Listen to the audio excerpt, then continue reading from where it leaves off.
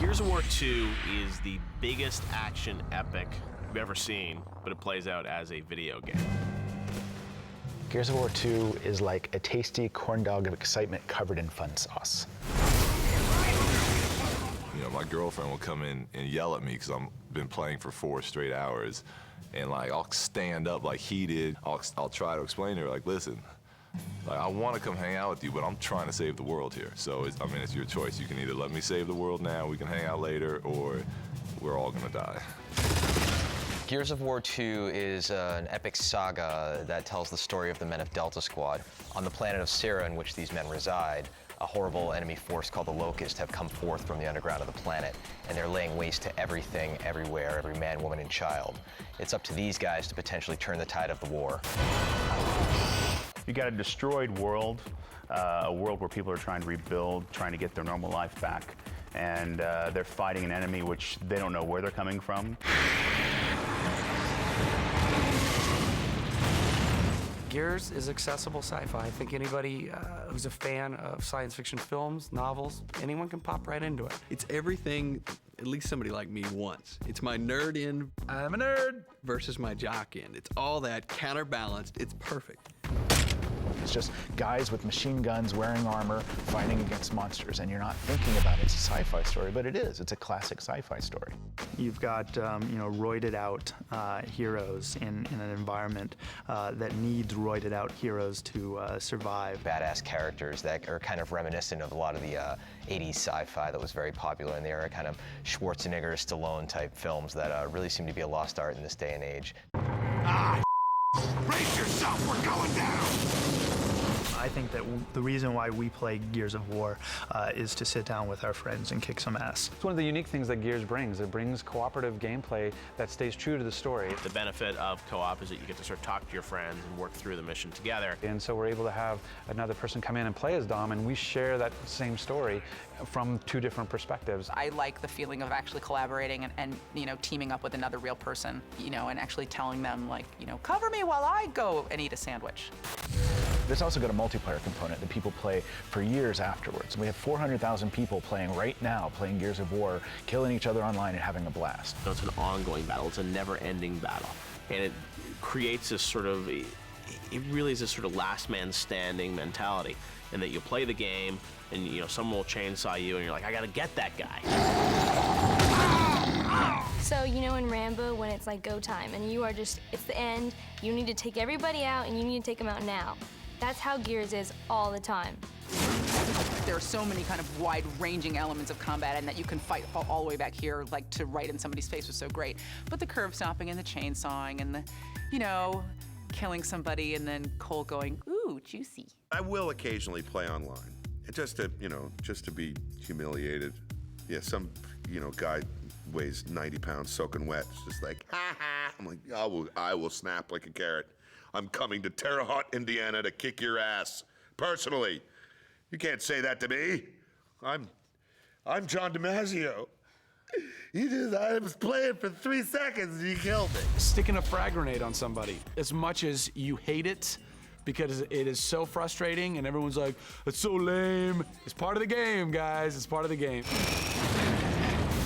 They want to blow shit up. That's what people want to do, blow shit up. The most brutal thing that I've heard you can do, I can't figure out how to do. Rip someone's face off with a torque bow. You're satisfied to kill somebody, you know what I mean? Wow, I sound like such a freaking sociopath. It's so satisfying to kill. How can I tear someone limb from limb? You snipe a guy and his head just explodes, pop. It's and the way it sounds, it's like it's almost congratulating. It's almost like a champagne bottle opening up. I think the sound effects help that one. It's got to be like lettuce and egg and breaking glass all at the same time. I don't know what that and wood. A horror movie is only as good as its death scenes. Well, in an action game, it's only as good as its weaponry. I thought B was the melee, and picked it up thinking I was gonna, do the elbow butt a la Halo or something else, and then all of a sudden I hear that revving noise and see the guy cut someone in half and blood fill the screen.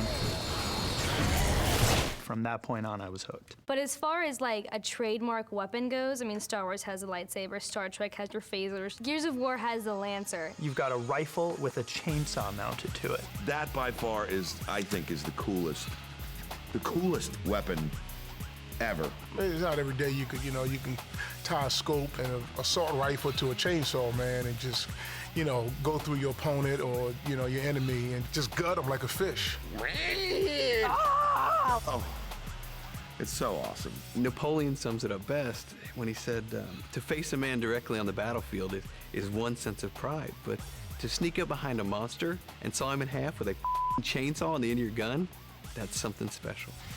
I think there's something about Gears of War, the world we've created, the characters we've created, the gameplay we've created that's grabbed people's attention. But the people who just live and breathe this franchise, who know it as well as we do, we meet them at the cons, they've got their favorite character, they've got the tattoo of the Gears of War logo, they're wearing the t-shirt. There was a guy who made a costume, a Locust costume the other day, that's just amazing. They'll really get almost every little detail in there, and a lot of the costumes I've seen, they must be poring over this stuff. Well, I got the Gears shirts, I got the Gears posters over my bed, the signed Gears posters over my bed, and come on, they're COG tags. Hi, I'm Marcus Phoenix. If you like Gears of War, then you'll love our boots. They're kind of like Uggs, except with metal and bulletproofing. They're a lot of fun. Could you imagine chicks like walking down Melrose with big clunk, clunk, clunk? They're like, check out my new Gear shoes. Oh my God, I'm falling.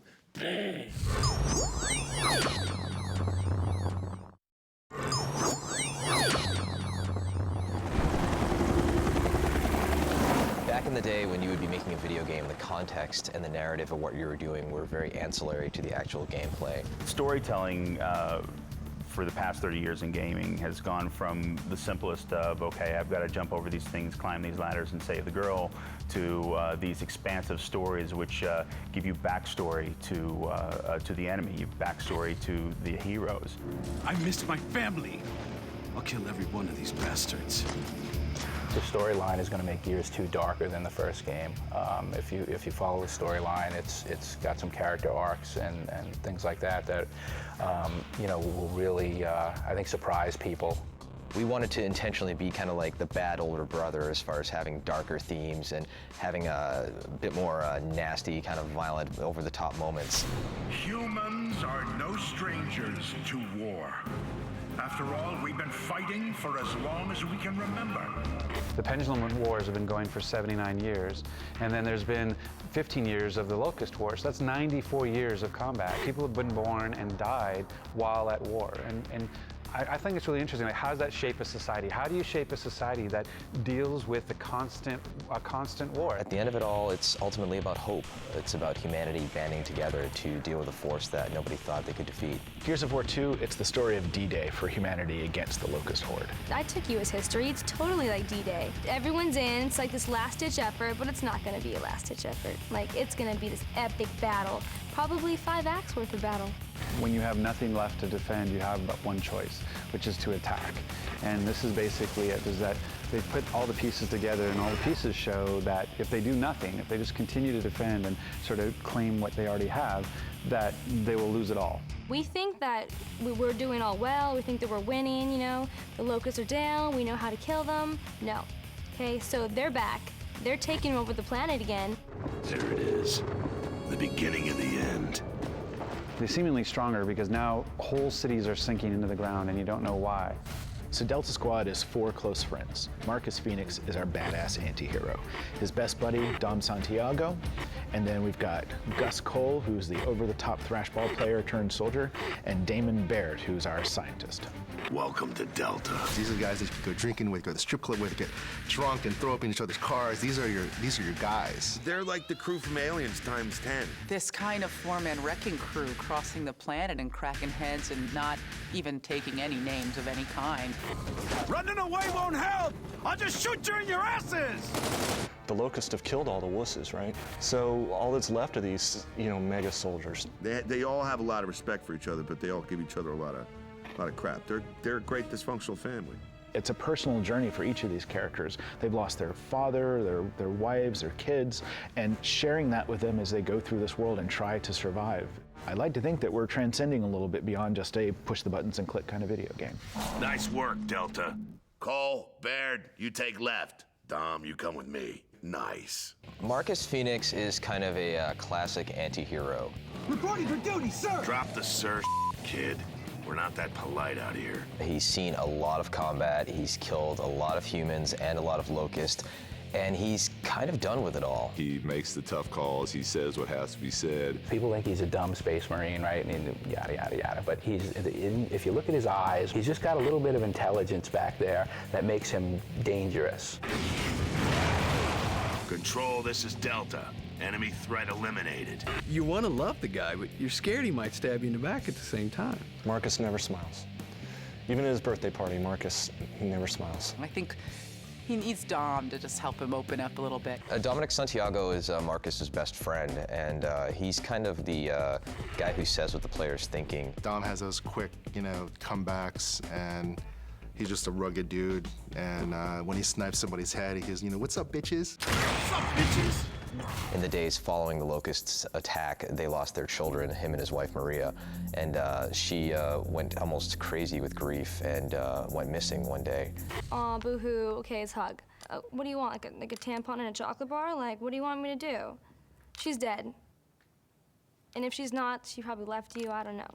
At the opening of Gears 2, Dom has a lead on her where she might be. You ever seen this woman? Something about her face does seem familiar. He deserves love. He won't get it, but he deserves it. Maybe him and Baird could hug it out at some point. Baird's kind of like the wuss of the group. He's different than Dom. Like, Dom's like this emotional wuss, but Baird is kind of like the, ooh, blood, I don't want to eat that. Baird is the smartass, who's the tech savvy one.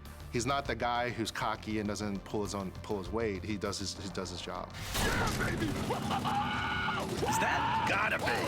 Man, Coltrane, that's the funniest dude on the game. He's that perfect kind of, comic relief in the middle of the fight. He's a Coltrane, baby. Woo! Right? In the flesh, baby. Coltrane is like this hyperactive, just mountain of a man. He's just a wild child. He's a former athlete.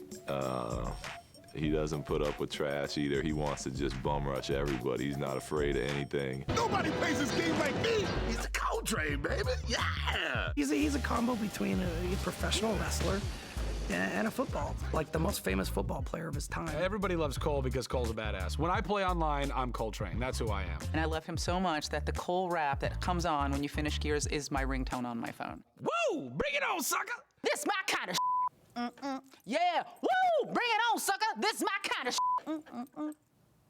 So embarrassing. Yeah. Well, the Locusts have returned, and they're stronger than ever, and they've brought with them a force that can sink entire cities without warning.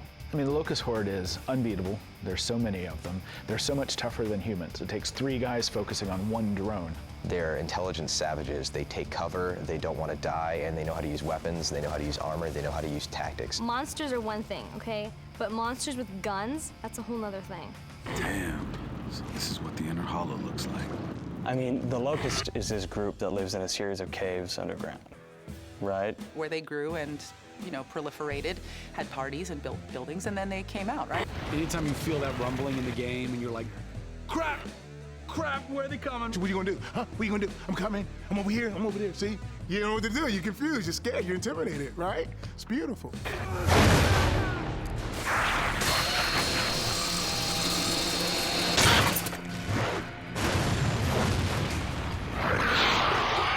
It's a mixture of unbridled rage and brutality. They're the monster side of monster. From the human perspective, you just want to get rid of these guys. I think they should be chainsawed in half and then have their guts thrown across a square of some kind, or perhaps into a dry fountain, or down some stairs at an old mansion.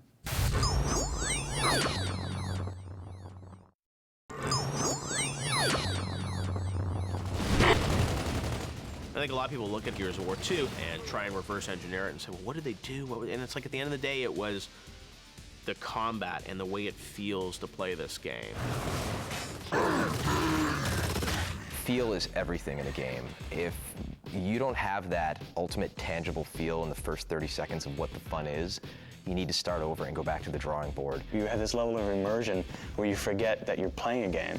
You feel like you're standing in the middle of this war zone and your buddies are around you are dying. Camera tightens in when you're in cover, and so you're feeling like you're being threatened. And the fact that when you die, you have to sit out, and so you don't want to die. And the fact that it's so visceral with the chainsaw, when you get killed in a big way. And so I think all that sort of intensity on top of the simplicity really makes people want to keep coming back to it over and over and over again. Think of Gears as destroyed beauty. We build these beautiful buildings with medieval influences, and then we tear them to pieces and destroy them. Given Gears' focus on cover, I mean, they almost have to have a world that is destroyed, because, you know, no architect builds a world with, you know, stray cement blocks and blown up cars. Moss and verdigris on the copper and crumbling rubble. It just tells a story better than pristine science fiction style environments. We want you to be firing a machine gun and chips of stone are going everywhere and statues are crumbling and you feel like you're having an impact, because really the way you interact with the world is through the end of a gun in a shooter. At the heart of a video game, it's about the interaction. And what's great about Gears is there is an intimacy to that action. From the get-go, we intentionally built Gears to be a far more in-your-face, a far closer experience. You have a chance to actually get up on your enemy and to knock them down, take them as a hostage, use a chainsaw on them, or finish them off in one of numerous nasty ways. We call it intimate violence, that feeling of being right in the middle of the thick of it, and that gives you that passion. When you stick someone with the chainsaw, you feel it, like the remote kind of shakes, and you can feel, you know, like it go into the, you know, into the enemy. I had to put the joystick down and kind of decide if I was really going to play this game or not. It was kind of intense. The enemy is not all the way across the battlefield from you, but they're right in front of you. You can hear them grunt. The curb stomping, the chainsawing, everything just felt much more immediate in that game. And it wasn't a lot of like, let me sit back here and kind of shoot at a target. It was like, how can I get in behind this target and punch him in the nads? That's what I wanted to do. Not that I hate nads. Nads are great. Everybody loves nads. Epic first displayed Gears of War 2 not as a demo of the game, but as a technology demo at the Game Developers Conference up in San Francisco. And one of the demos they showed was this meat cube, which has become sort of a fan favorite online, which is this sort of gelatinous cube of meat. It's all about the meat cube. It's a meat cube. It's a cube of meat. I'm sure they're all sitting around going, well, what would be funny and cool? A giant cube of meat that we'll roll around and we'll shoot at. Anytime you have improvements in technology, if you don't put them in your game, you might as well not bother building them in the first place. A video game engine is sort of the base level of technology. It's the graphics, it's the artificial intelligence that tells monsters how to behave. The game itself is the monsters. It's Marcus Phoenix and the Locust drones, and it's when you kick down the door, 3 guys rush into the room. That's the video game, and the engine is everything beneath it. There's a reason why it's called an engine, because it's all these parts working together to drive the video game experience. We're now able to spawn quite a number of AI characters on the screen at one time. You're battling actual hordes of locusts versus the few that you might have seen on screen in Gears 1. You know in Lord of the Rings when you have these like hundreds of thousands of troops coming in? Well, Gears is like that, except instead of just seeing them come in, you can just take down every single one of them. The games have gotten a lot smarter. Like, how you play the game has functionally changed rather than guy A shoots at guy B. Now there's a whole lot of letters in between. Artificial intelligence is the computer's ability to make you feel like you're playing against somebody who's got a brain. Good AI isn't an AI that kicks the player's butt. It's AI that the player feels entertained by. AI allows us to anthropomorphize these digital avatars that otherwise have no personality. They're just lines of code. But when they're done right, you actually feel like you're fighting against this guy who has it out for you. You see them, you know, spreading out in formation, and I take cover behind a car, and you hear a locust go, he's behind the car, and you're like, oh crap, they know where I am. I mean, there were so many times when I would, you know, you're trying to get a beat on a bad guy, but it's like they knew you were just waiting for him to pop up, so they're not popping up, and you're like, what crap? And then there's another guy, well, oh, then he came up. Take guard! Sometimes it's all about the little things, the tickers being the little creatures that, you know, chomp their teeth, the fact that they behave like cockroaches and try and avoid sight until they get close and then they rush you and explode. The enemies, you know, I'm pretty sure they're smart. They, you know, obviously I beat the game, so they weren't that smart. It's one thing to feel afraid when bullets are coming at you or monsters bearing down at you. The trickier thing is to actually make players empathize with the characters that are in this world. To make these worlds realistic, this is something that was not possible 10 or 15 years ago. The depth that you see and the artistic design that you see was just not physically possible. And all these things put together in their engine make it so you see it as a cinematic experience, not even as a gaming experience. You're unaware of so much work that's going on in the background. You're playing the movie.